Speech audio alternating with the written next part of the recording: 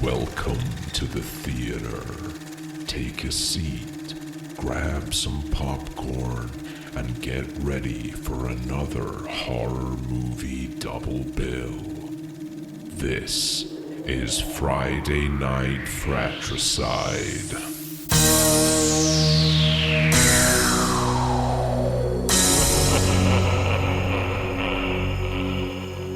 Okay, folks, it's Friday again. How wonderful. I hope everyone's had a great week. I hope you're ready for another horror movie double bill. You excited? I'm excited. Yeah. Yeah. We are your hosts, the Happy Brothers. I am Fraser. And I am Ewan. And yeah, welcome to Friday Night Fratricide. We have a couple of stinkers tonight. Yeah. Who'd have thought horror movies about trucks wouldn't be great? Our theme on vehicles definitely crashed and burned. Yep. To find a vague metaphor relating to vehicles. Yeah. Yeah, I kind of knew that Maximum Overdrive was a bit pants. Mm-hmm. I couldn't really find much on Race from the Devil, Race for the Devil. Race with the Devil? Race with the Devil. Is that what it's called? Race with the Devil? Yeah. I thought it was Race with the Devil. Race with the I Devil. watched it. I should probably know. Yeah, but yeah. I couldn't find much in that, so I was kind of hopeful. Yeah, we'll get into it, but it's fine. Yeah. So apologies if people have been keeping up with us and watching these films, because this week is probably not our best. Yeah, unfortunately. I wouldn't say either of them are the worst films we've had so far. Maximum Overdrive. No, I don't know. No, I wouldn't put either of them below. I think Rob Zombie's Halloween's the worst we've had so far, and I wouldn't put either of those behind Rob Zombie's Halloween. No, neither of them were good. Don't get me wrong. Yeah, but I wouldn't put either of them that low. They were, yeah. Well, we'll get into it, won't we? Which would you like to start with? I don't mind. I wrote down my notes for Race with the Devil first, if you want to do that first. But yeah. I really don't mind. I've done the other way around, but I'm happy to start with Race with the Devil. So, Race with the Devil. It is billed as an RV road trip horror, sort of very generic, like satanic ritual. The whole town's part of this cult film. You know the style. You know the style from like the 70s. There was loads of them. What was this? 75, 76? 75. So Satanic Panic. Yeah, it was that style of film. You can picture it. You know, it's very cliche. I don't think there's a whole lot that really like blew me away with the film. No. There's a couple of bits I quite liked, but there was nothing like unexpected. Really, it was pretty run of the mill 70s horror. Mm-hmm. So directed by Jack Starrett, who I didn't really recognize. He did a couple of episodes of Starsky and Hutch. Oh, okay. A couple of episodes of Dukes of Hazzard. So that kind of era definitely makes sense. Yeah. We have Peter Fonda, who you'll know, and Warren Oates was the other main actor in this. I recognize the name. I don't know why I recognize the name. I'm not sure, but he's kind of mid 20th century sitcom, not sitcom, but like sort of drama TV actor. Yeah, did a lot of different stuff. And then their two respective wives, who I did not write the actors down, which makes me seem very sexist. No, I do apologize. Didn't remember. I think they were potentially. I would say the two of them were probably in more things than Robert Oates. Like Peter Fonda is definitely like the big name. They were, even though I don't know many things. One of them I did look at. I didn't write the name down. That's really going to annoy me. But one of them was in MASH and actually won an Emmy. Loretta Swit. Yeah, thank you. Robert Oates' wife. Right. Not actually the actor's wife. Warren Oates. Did I say Robert Oates? Warren Warren Oates. Yeah, Warren Oates' character's wife. Yeah. Yeah, she was in MASH. She was Hot Lips. I've never seen MASH. I don't really know the cast or characters or anything, I'm afraid. Yeah. Sorry. So we have this family, I suppose, between the two families. The two blokes are friends. They run a racing circuit. They own a garage or something together. Yeah. They're in business together with motorbikes. They have some kind of motorbike, dirt bike thing. Peter Fonda seems to race them. Yeah, I think and they were I think racers. Warren Oates is maybe like the mechanic or something, and I don't know. It doesn't really explain, but I got that vibe. There's a big segment at the start where they race around the track. A way too long segment. Yeah. Oh, like, no, I'm sorry. I don't know if you mean the bit right at the beginning. Oh, there's that like, bit, and then there's a bit maybe 20 minutes in. Yeah, where they just race bikes for 15 minutes. It's a solid like chunk of the film. Yeah. So they're going off on an RV road trip with their respective wives, and it's all nice and relaxing, and they do this big montage of them racing out on their dirt bikes. They find the spot to settle down for the evening, and the two guys are out having a whiskey, and they spot a ritual sacrifice going on in like a field nearby. Just unfortunate placing, really. Like, yeah, wrong place, wrong time. Yeah. The sort of cult see them, spot them, and then chase them, and it's sort of the rest of the film is them trying to escape the cult in this big hulking RV. Yeah. Which, you know, if you're gonna pick a car for a road trip, like or not a road trip, but like an escape, a car chase, you probably don't want an RV. Yeah. In saying that, the last 10 minutes of the film, kind of digged it. Yeah, we do. It takes a long time to get into that proper RV chase that I was expecting. I was expecting like 20 minutes of setup, then the whole rest of the film is that. Yeah, and there's so much guff in the middle. God. I think I wrote those exact words. Yeah. It's like the middle of the film is just guff. Yeah. So we get the setup. That's like the first 15 minutes of the film, and then there's a lot of them. The ladies go to the library. They try and figure out, they find like a note left by the cult, and they try and figure out who the cult are. Don't really get any answers other than they're evil, they're witches, they're satanic, whatever. And the two blokes they go with the police. They try and figure out what's happened, and obviously the police are in on it. The whole town's in on it. As they like drive further and further out, they get to like an RV park, and they kind of suspect everyone there is in on it as well. Mm-hmm. The dog gets killed, which I was very sad about. Yeah. Poor Ginger. I don't like dogs getting killed in films. I don't like that. And that is honestly, like, that is the vast majority of the film, is them just driving from A to B, realizing something's not quite right, and then driving from B to C, realizing it's not quite right, and then we finally get this. Honestly, I kind of loved it. Great RV chase. The chase at the end is good. Like this chase bit at the end is, I think, worth watching. To be honest, just completely out of context. Like, if you could find just a 10-minute clip of that on YouTube, just watch that, and like, you don't need to watch the rest of the film. It's great. It's like the last 10 minutes of the film, and the cult kind of catch up with them. They're driving. They leave the RV park. The dog's been killed. They're sad. They just want to get home, and they get like stopped. The van in front of them brake checks them, and they kind of get boxed in by a couple other vans as well, and they realize that it's the cult, and they're trying to escape, and they're driving away. And it's great. They like gradually run all the vans off the road, and then they hit a roadblock, and it's like a school van. Yeah. And Warren Oates is like, I don't buy it. A school bus on a Sunday? Hell no. And like speeds through powers through it. And of course it is the cult, and they're trying to set them up. So there's lots of like explosions. There's lots of like Warren Oates and Peter Fonda shooting out of the car with the RV with their shotgun. Mm-hmm. One of the guys like jumps on top of the RV with a canteen of gasoline in it, and Peter Fonda climbs up and grabs it and like starts launching like Molotovs out the top of the RV. And yeah, I kind of loved it. Like easily the best part of the film. Mm-hmm. They do the thing that you have to do in an action movie when you have a chase scene and someone's on top of a moving vehicle. Yep. They go towards a bridge, and Peter Fonda climbs up the back and goes, "Hey you," and the guy turns around and then he ducks and hits the bridge, and it's so obviously a mannequin. They chuck it off the bridge. But it was great. Like, I don't know, it was, and one thing I will say, it was actually really well directed. I thought the film was it looked pretty good for as far as 70s horror films go. They're kind of hit or miss in terms of how they look.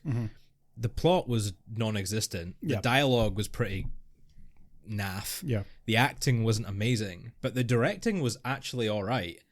And especially when it came to the car chase scene, the fact that he directed like Starsky and Hutch and Dukes of Hazzard kind of bleeds through. Definitely. There's a couple of bits where they're going along the motorway and someone goes a bit off road and then like hits a ramp and almost makes it over a stream and then they crash into the stream. Like that's textbook Dukes of Hazzard. So you can definitely see that they worked on that. Yeah. Makes so much sense. Absolutely. And I mean, that's about it. That's the film, really. Yeah. It ends with them thinking they've got away. They park up the RV for the night, and then we see the campfire of the cult getting lit, and it lights like this really cool. They have like a border around the RV that gradually like lights up on fire and surrounds them, and the film ends in like a freeze frame of Peter Fonda like, oh no, we've been caught. Yeah, we're gonna die, and that's it. But it's it's not great. No. There's a lot of filler. I feel like the concept came. They were like, I want to do a road trip horror film. I have this great idea for a car chase scene where there's these evil guys chasing down this family in an RV, and it's going to be great, and we're going to do lots of cool shots, and we're going to like throw Molotov canteens out the window and shotguns and everything. And then they were like, yeah, but that's like 10 minutes at most. And he was like, that's fine, we'll just fill in the rest. Yeah. And that was the film. That's the film. But yeah, as far as 70s horror films go, it wasn't the worst. No, I didn't think it was the worst. I didn't love it. No. It was very much like I finished it and I was like, yeah, you know what that really reminded me of is The Wicker Man. But like the American Wicker Man. I don't mean like the Nicolas Cage remake. I mean in like the mid-70s, someone in America watched The Wicker Man and went, I bet I could make that but set in the US. And that's what they came up with. It's like very like the kind of community is actually a cult, and the like, and then the way it ends as well with like this sort of spoiler alert for The Wicker Man, I guess, if you've not seen it, even though it's 50 years old. Like the main characters die in the end. They just get set on fire. The cult wins. Yeah, I don't know. But they could have done so much more with it. Oh, they could have done. Yeah. You know, like Wicker Man does a great job. Granted, I've not actually seen the original or the remake. Granted, I've not actually seen The Wicker Man. Yeah. But it, from what I know about it and how well like renowned it is, it does a better job of like establishing gradually that this whole town is actually against him. Yeah. He's one man against the town, and there's not really a way out for him. Yeah. Whereas here, it's kind of, it's drip fed and alluded to, but there's not really any kind of growing threat. It's more just they're not a threat, and then there's a car chase where they are a threat. Yeah. You know? And the dog gets killed. But like, it didn't really feel a natural build up towards this big finale. They jump right in with, here's the cult. They're a cult of Satanists. They're murdering somebody. Yeah. And then every time you meet a new side character, you immediately know, like, okay, they're going to be part of the cult. Of course they are. And then by the time it gets to the end, it's like, okay, yeah, they're great. They're a cult. And then the cult do cult stuff. I feel like, you know, The Wicker Man does have that more, something weird is going on, but I don't know what it is. And then gradually it like references to the occult start coming in. And then the end is this whole big thing. Yeah. I don't love The Wicker Man, but I think generally it does a much better job of building that kind of culty tone. But I definitely saw similarities between that. Yeah, it's not a million miles away. Yeah. And I think maybe if we'd kind of gone a bit closer to how The Wicker Man does it, it would have been a better film. It had all the ingredients to be a good film. Or to be a better film, I should say. It just kind of fell a bit flat for the majority. Like, it is a real slog. It is that pretty, middle pretty boring. 40 minutes is nothing happens. Yeah.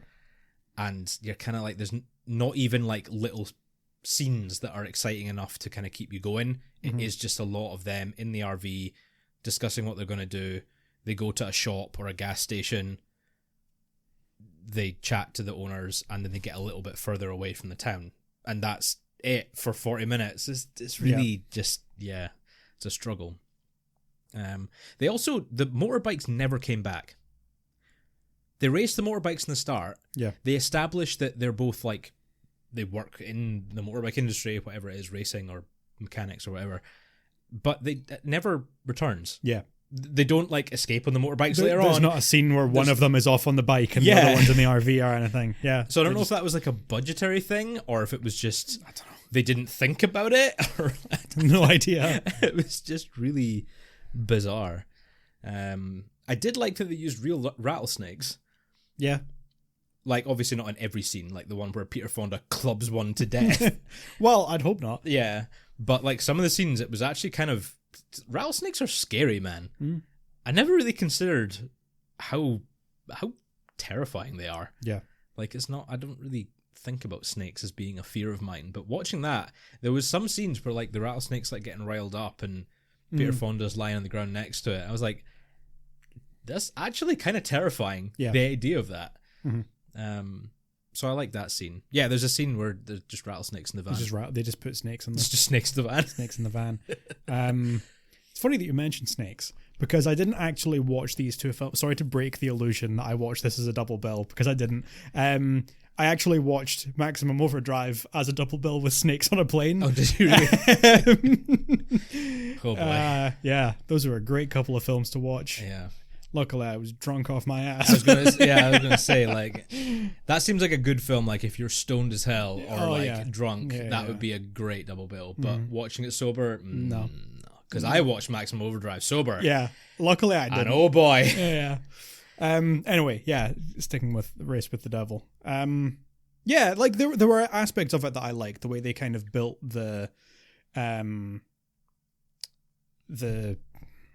mystery, I guess, around the cult, because you've got like you mentioned, the scene when they're going down, they find the roadblock with this crashed school bus, and they kind of go, oh, but it's a Sunday and there's a school bus and whatever.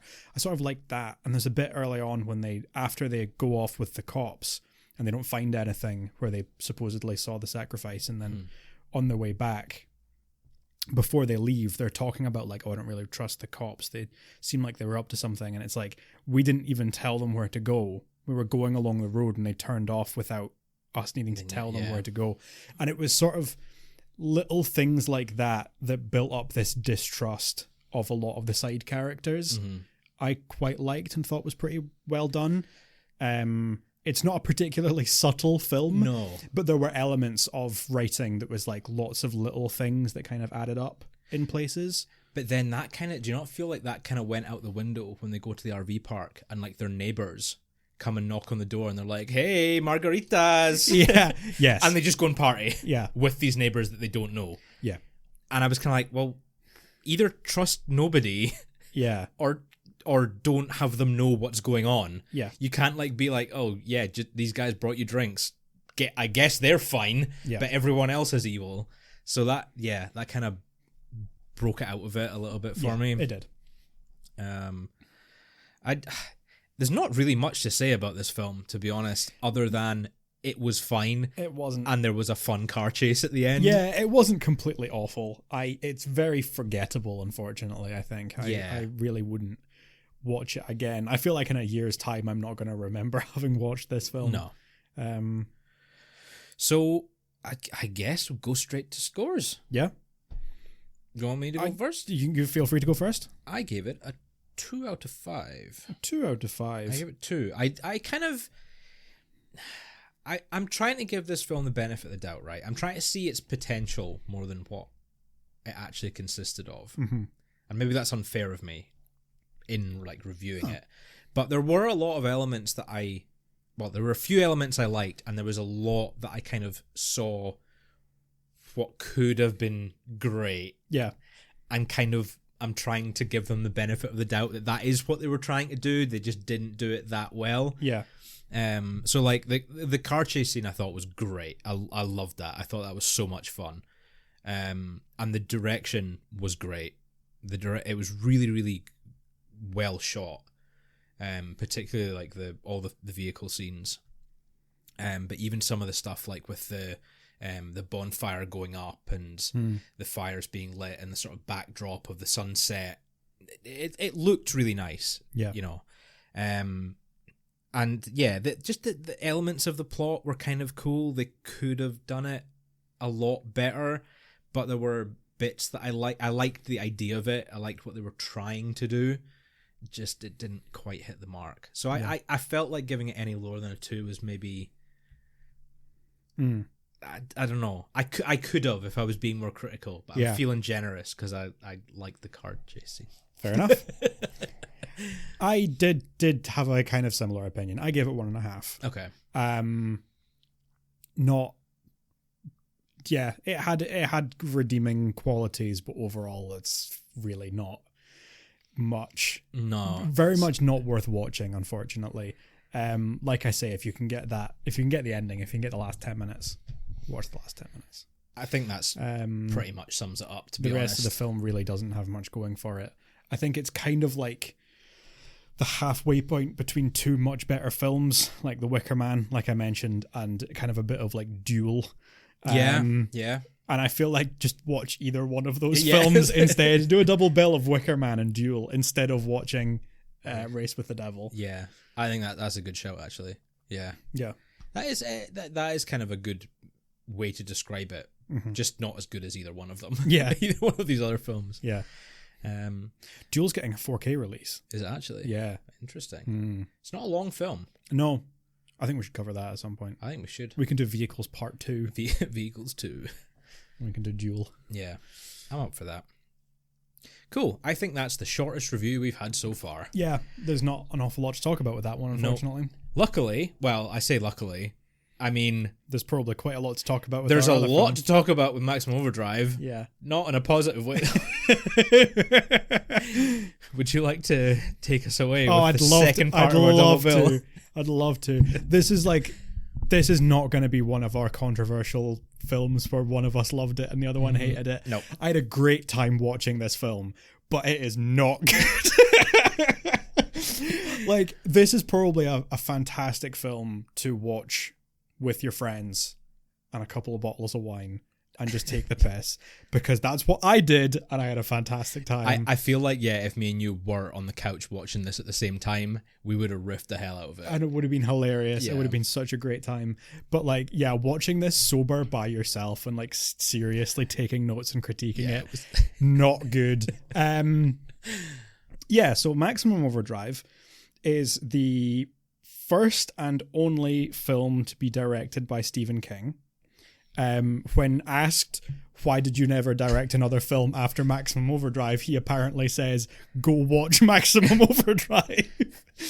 One of the other quotes that I saw from him, like reminiscing about the film, he said that he was, and I quote, coked out of his mind all through its production and really didn't know what I was doing. Yeah. And it shows. Oh, it definitely shows. There are like rumors that he doesn't remember making the film because he was on so much cocaine. That's not true, but he doesn't remember filming his cameo at the beginning of the film because he was on so much cocaine. And I think this was around the same time that he wrote Cujo as well, or maybe not long after he wrote Cujo. Okay. I'm not sure when that was. Apparently he has no memory of writing Cujo. Which is funny. I've not read Cujo, but I think it's one of his better novels. I would say so, yeah. It seems to, cocaine doesn't seem to impede his writing ability. Definitely impedes his directing ability. Well, I don't know. Have you read it? Oh, that's true. Because there's some bits in that there are some bits in it. Were definitely impeded. Yeah. Okay. Yeah. Let's not get. Sorry. Yeah. Let's definitely not get into that. Yeah. So the film actually opens with. This is based on one of Stephen King's short stories called Trucks, which was from Night Shift, I think was the name of the book of short stories. Yeah. It opens with a cameo from Stephen King. He plays a man going to a bank. The big sign on the top of the bank starts flashing, "Fuck you." Yeah. And then he tries to take money out of the cash machine and the cash machine just says, "You are an asshole," over and over again. immediately hilarious. I was really into it. Yeah, I didn't know. Like, was it supposed to be funny, or was it supposed? Were we supposed to take it seriously? I think it has to be like supposed to be funny. Lots of people say that this has like black comedy elements. Yeah. Yeah.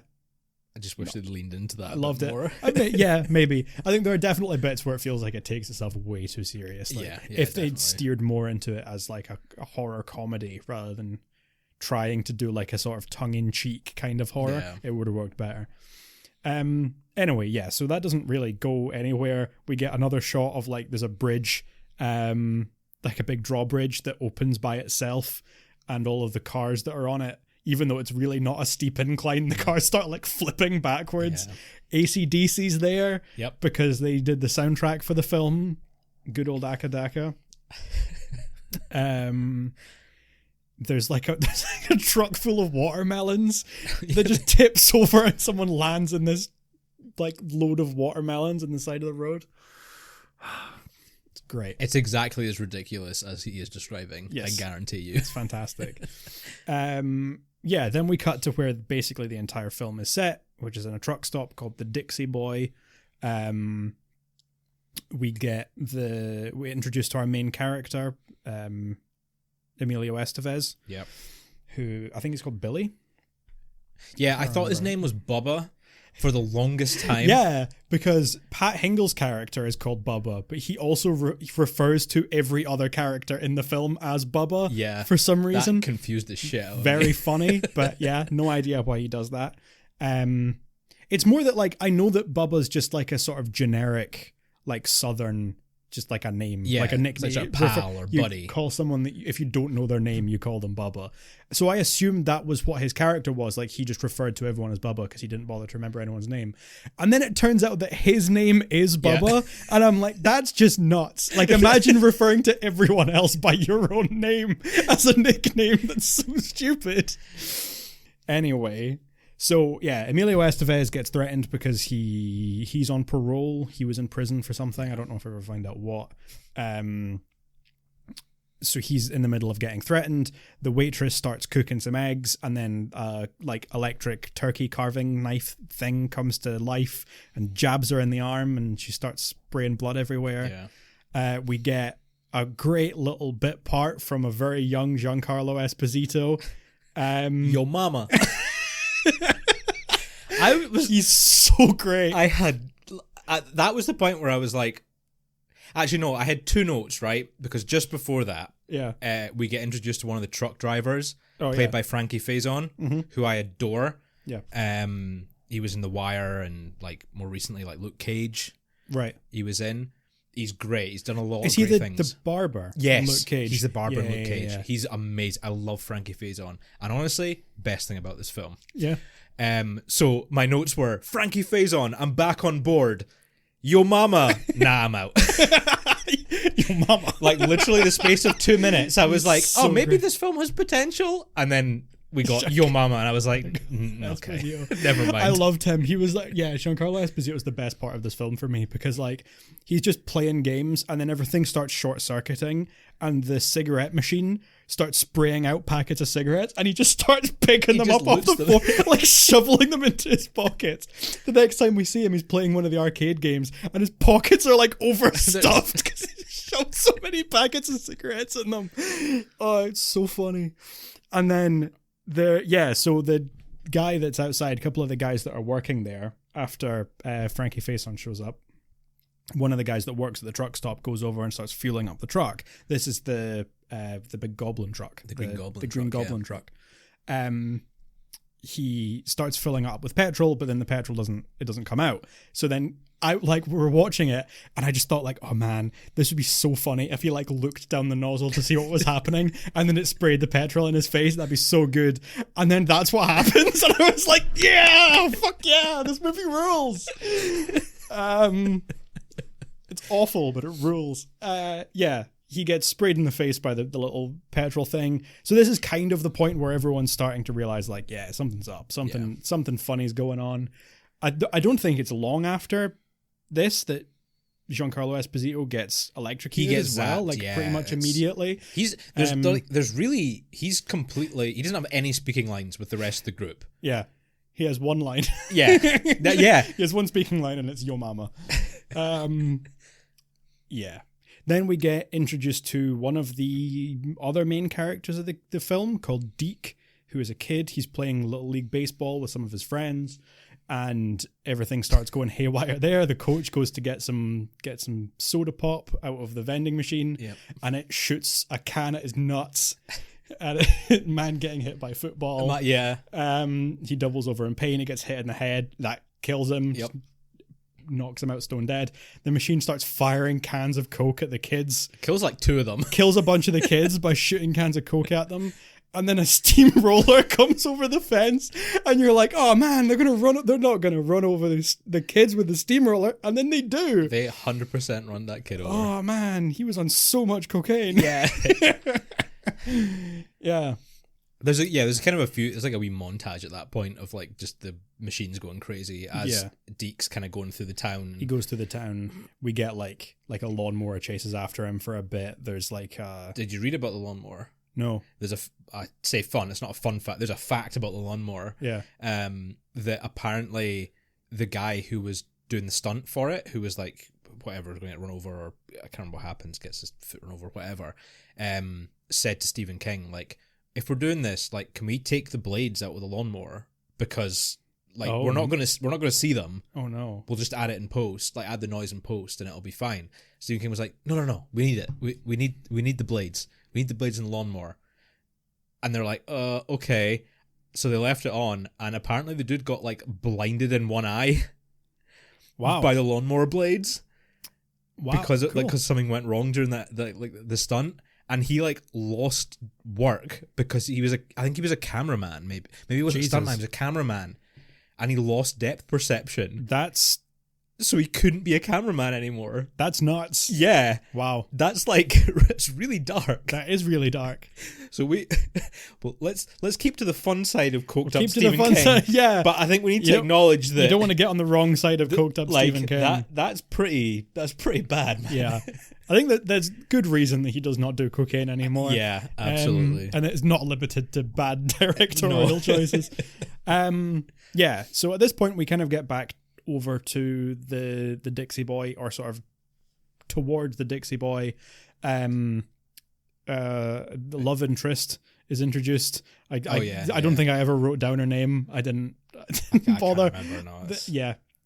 Emilio Estevez's love interest is introduced. She's hitchhiking with a Bible salesman who's being real creepy. Oh yeah. As Bible salesmen tend to do, I suppose. Do you get Bible salesmen anymore? I don't know. Probably not. I don't know if you ever got them here. It probably not. It's more a US in like thing, North Carolina or something. Yeah. And then we're also introduced to Kurt and Connie, the newlyweds, who, Connie is played by Yardley Smith, who just screams so much in this film because that's what she does. She's very annoying, but like, she's clearly meant to be annoying, so I don't want to hold it against her. I think she just does a good job of being a very annoying character. She's just like constantly screaming. Kurt makes a comment about wanting to watch her pee, which is very weird. I think I missed that, but okay. They're like, the reason they stop is because she wants to go to the bathroom, and he's like, haha, can I watch? Oh, I missed that. And then she like laughs it off. But then there's a bit later on when they're like crawling through the sewer, and Kurt's like weirdly excited about how much piss there is. Like, yeah, I think Kurt, I missed that bit of subtext. Kurt has something going on. Yeah, they narrowly escape. Kurt narrowly escapes getting hit by a truck, and then they drive off. And then we catch up with them again shortly after. Yeah. Emilio Estevez and love interest sleep together almost immediately. Like, they sleep together so fast. Yeah. Because they're the only two attractive people in North Carolina, I guess. Yeah, and I think this is kind of the scene when we get the Deke going down the road and all of the stuff. Sorry, sort of going down the suburbs. A wee bit after. No, I think that they might kind of cut it up or whatever. But yeah, we get some scenes with like, there's a woman, she's like halfway out of her bedroom window, and she's like been strangled with like hairdryer cord or something. Yeah. There's a dog. There's another dead dog. Oh, I missed that. There's a dog with it's like a remote control car in its mouth. Oh. It's obviously been killed. Yeah. I feel like I missed a lot of little. Yeah, I probably just Little wasn't paying bits. attention. To be fair. Yeah. Then there's an ice cream truck. He gets chased by an ice cream truck for a bit. He gets chased by the lawnmower for a little while as well. There's like the POV shot of the lawnmower or whatever. Yeah. We get some shots of people getting hit by trucks. The guy who got petrol in his eyes earlier goes out to try and gets run over. I don't know if he tries to reason with them or if he's trying to run or whatever, but he like kind of goes outside. At this point, all of the trucks have gone mad and they're just driving in circles around the truck stop. And he goes outside and just gets hit by one of the trucks. He's finished. He's done for. Yeah. Then the Bible salesman goes out. He starts freaking out about something and he runs outside and then he gets hit by the car, but he doesn't like burst or get like some of the other characters do. He gets thrown into like a ditch. Yeah. And then I think at this point, roughly about this point, we find out that Bubba's just got an arsenal in his basement. Oh yeah. My note was, where the fuck did he get a bazooka? Yeah, he just has he a just whips bazooka. it out. Yep. Just got a bazooka and like several assault rifles. Yep. God bless America. Yeah, they start blowing up some of the trucks for a while, but they presumably don't commit to it. They blow up like 3 trucks and they're just like, yeah, that'll show them. And then they go back to cowering inside, even though they definitely have more explosives, as we find out later. Kurt and Connie arrive at the truck stop at this point and they like drive through the window. They're like, we'll be safer trapped inside this truck stop. So they drive in and they like crash through the window. Deke gets chased by a plane. There's a plane that's like flying itself and it's playing Right of the Valkyries, isn't it? And it like chases him down. And then he arrives at the Dixie Boy and we get the waitress who gets injured at the start. She's kind of gone a bit mad at this point. She's like, the technology's evil, but we made it. We made the technology. And she runs outside and she starts screaming, we made you, the trucks. And everyone needs to like wrestle her back inside. Yeah. Yeah, she goes off the deep end. And then she gets gunned down. She gets gunned down because a golf cart with a gun strapped to it shows up and just starts, it kills some people. Does it get... it kills Bubba as well, does it not? Does it kill Bubba? I think it gets Bubba. It might do. It gets the waitress at least. I lost track of who gets got. I think it gets a couple of people inside the diner as well. Does it get Frankie Face on? I think he makes it. I think he makes it. At this point, I kind of lost track. But like they start... It starts honking. And then they're like... Deke knows Morse code. It starts honking in Morse code and Deke conveniently knows Morse code and like translates all of it, and the cars are like, feed us gas. Like, we need petrol to survive. And for some reason they go, yeah, all right, we'll continue letting you live. Yeah. So they start gassing up all of the trucks and then they run out of gas, and then a gas truck arrives and is like, we have more gas, continue gassing us up. And then it's a whole thing. I don't want to get into stupid. Why all this stuff doesn't make sense, because I feel like we'd be here for a long time. It makes absolutely But no like sense. one, there are like half a dozen, maybe a few more big ass lorries outside circling the rest stop. They could easily flatten that diner. Yeah. Easily. Without breaking a sweat. Yeah. And they don't for some reason. There's a line where they say like the reason that the trucks aren't going through is because they've got a basement, because the truck stop has a basement. If the trucks are heavy enough that if they tried to like drive through, they would just crash into the basement, which kind of makes sense, but at the same time the trucks wouldn't know that. Yeah, probably. And also I wouldn't have known that either. I remember watching it and the whole time being like, why don't they just drive through the truck stop? That's what I was thinking. And then they're like, oh, because there's a basement, they would crash into it. And I'm like, oh man, I'm dumber than a truck. Oh, boy. Yeah. Yeah. And then, when they fill up the trucks, it's like, just leave them. Just let them die. Surely. Yeah. Why would you fuel them up? Yeah, I don't know. I don't want to pick it apart too much because it just doesn't feel fair. They gas them up for a little while. Then Emilio Estevez has this whole monologue where he's like, I guess just through sheer luck and speculation, is supposed to be right about what's going on. Maybe. I don't know if this is supposed to be exposition or what, but he's like, what if these guys are aliens?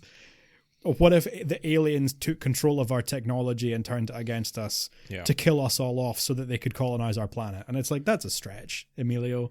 That's like, that's like, I don't know if that's supposed to be right. That's and like he's tinfoil hat stuff. Yeah, you know? he's just making shit up at this point. I mean, anyway, no disrespect to the man, but he did not look good during this film. He looks rough. Yeah. Like, I don't know if he's supposed to look rough or not, or if he maybe joined in Stephen King on some of the old nose candy there. He does not look good. I mean, knowing his brother's habits for doing a lot of drugs, I wouldn't be surprised. They blow up the little golf cart with the gun on it, which they could have done earlier. Which they could have done the whole time. I think they blow up another couple of trucks at this point. Then they just run for a bit, with the plan of getting on a boat and sailing off to an island. The goblin truck follows them, and then they blow up the goblin truck, and then they get on a boat and they leave, and that's the end of the film. Yep. Pretty much. It's a very quick ending. They kind of just go like, and then we left, and then there's like a little title card or like a little. But the title card says that it's aliens, does it not? It says something about it says something about it being a UFO. Yeah. So I guess the because the whole thing is because it's like comet. It's like a comet Supposedly. passing by, and that's bringing everything to life. Yeah. And then the last title card was like, it was a UFO, and it was aliens all along. Yeah. It was a UFO that got blown up by a Russian satellite that happened to have a nuke on it. And it's like, so I guess the implication is that it was aliens, but the Russians knew it was aliens. But we don't see any of that because that would have been too interesting a film. Instead of that, we're in North Carolina, a fucking truck stop with Emilio Estevez. Yeah, man. You know? Yeah. And that's it. And the last line is Yardley Smith loudly proclaiming that she's going to throw up because she gets seasick on the boat in her Lisa Simpson voice. Yep. Me too, man. It's very funny. Yeah. You know, there's this like kind of idea about films that any film that you enjoy watching is a good film. I think Maximum Overdrive is proof that that is not true. Because I had a great time watching this film, but it is god-awful. Yeah. It's absolute garbage. But it's just so fun to watch. It's so funny. I think I should have gone down your route of having a few beers before I watched it. Yeah. Because I think it was at the point of... It was at the point of the fueling montage where they're fueling up the trucks. Yeah. And I was just checked out. I was just like, man, I want this film to end. Yeah. I do not want to be watching this anymore. It's been a couple of funny moments. Yeah. Like I've laughed a couple of times at how awful this movie is. I'm over it. I want it to end now, please. This ATM just called me an asshole. Oh God. Yeah. Yeah. Fuck you for picking this. No, I'm sorry. Like I really didn't want to. Like we've been bouncing films that the other one has hated at each other back and forward for a couple of weeks.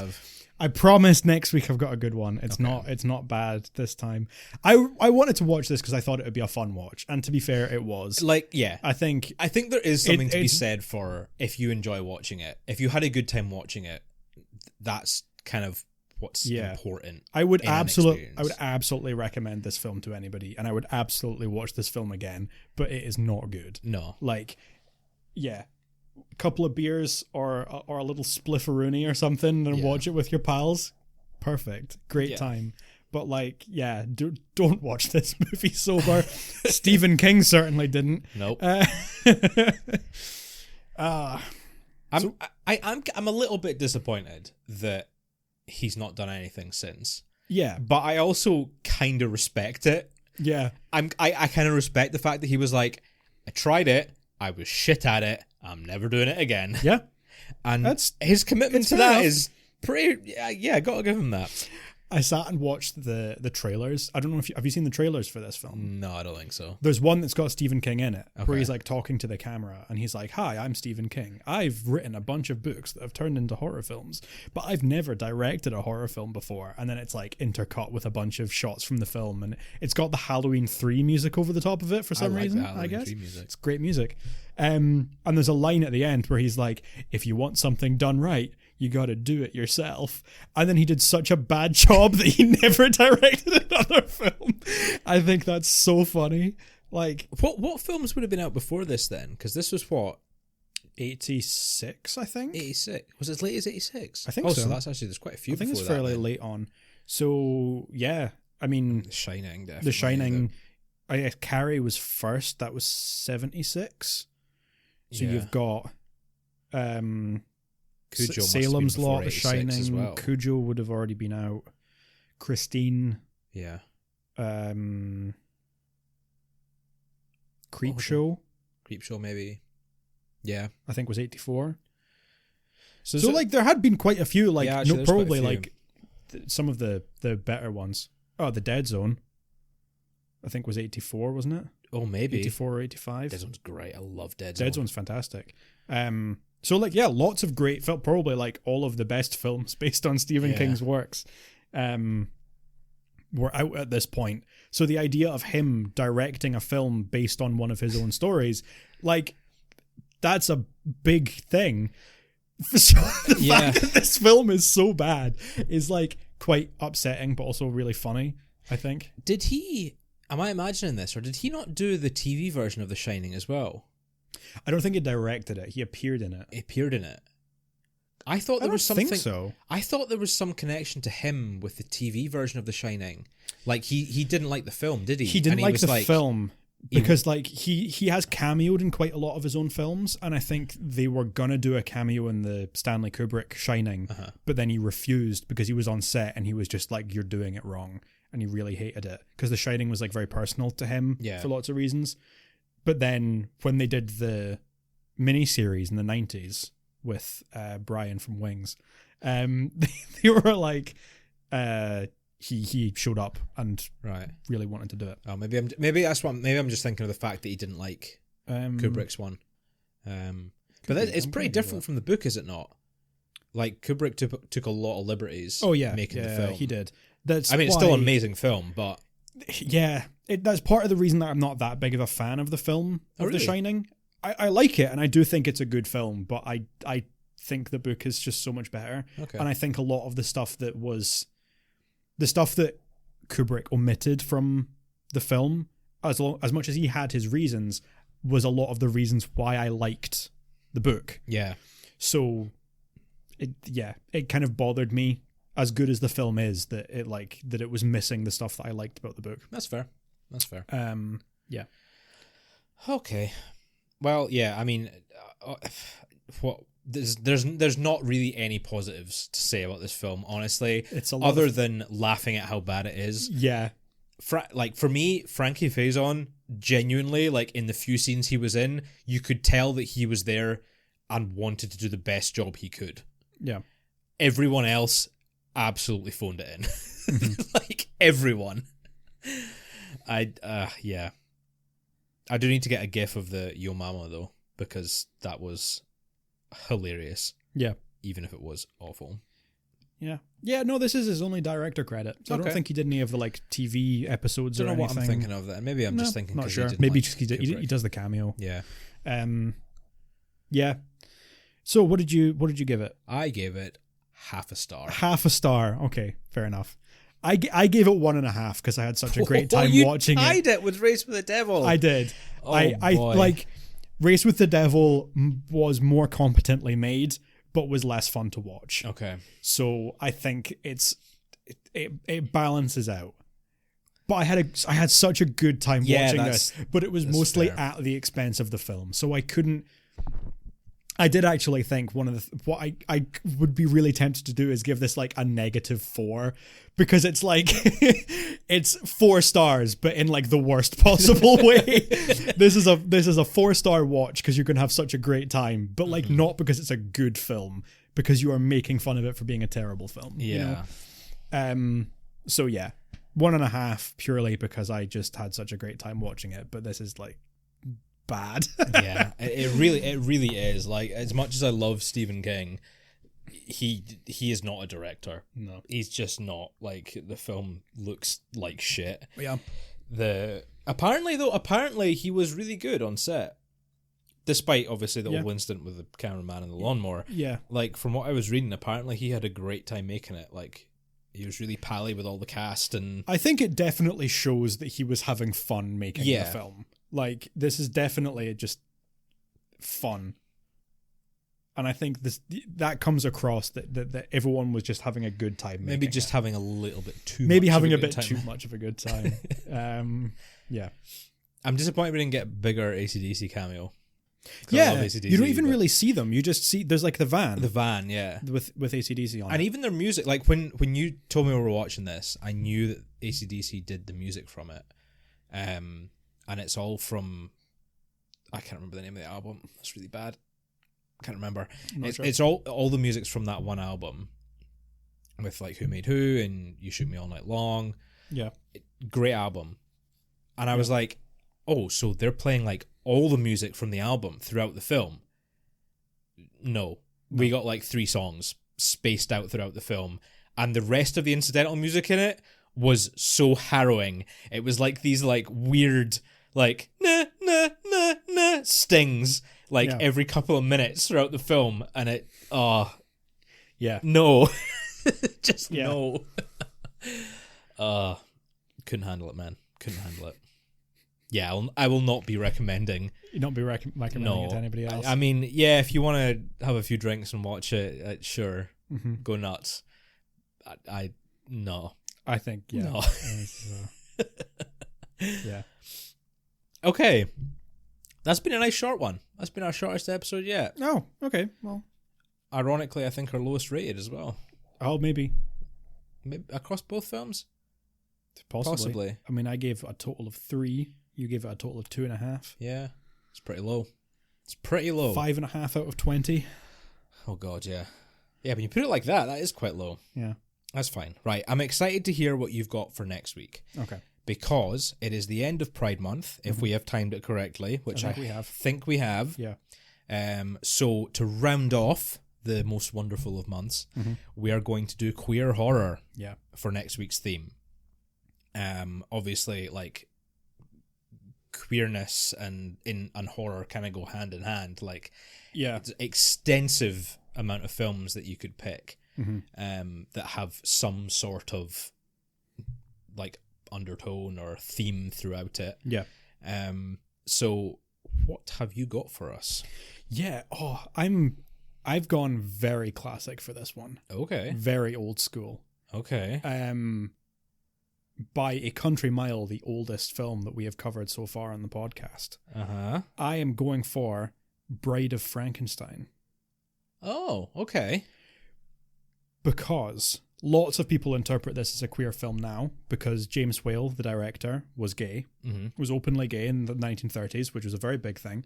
And also the 2 male leads, not including Boris Karloff playing the monster, Colin Clive and the actor that played Dr. Pretorius, and I can't remember his name just now.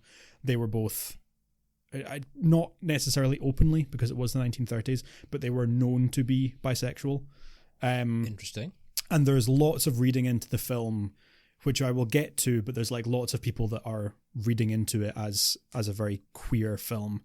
And I'm really interested to go back and watch it, because it's been about 5 years since I've watched it. I'm really interested to go back and watch it through the lens of seeing it as like a bit of queer cinema, especially so early from the 1930s. Yeah, that's okay. That's interesting. So you're going with the sort of subtextual queerness. Yes. So I've not. I've gone with a far more modern film, and I've gone with a film that prominently features a gay couple, So I don't know how much like subtext there is to it. It's probably very much in the open.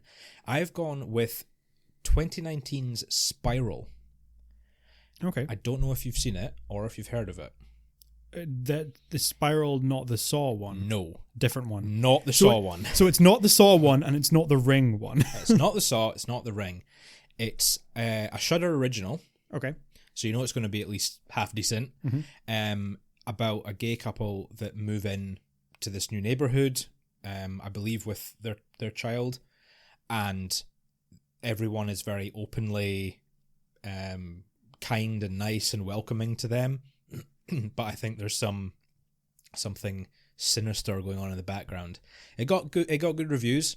I saw the trailer like when it came out like 3 years ago, and I thought it looked good, and it's just been sitting on my pile waiting to watch. So I thought now seems as good a time as any to pick it. That's exciting. Yeah.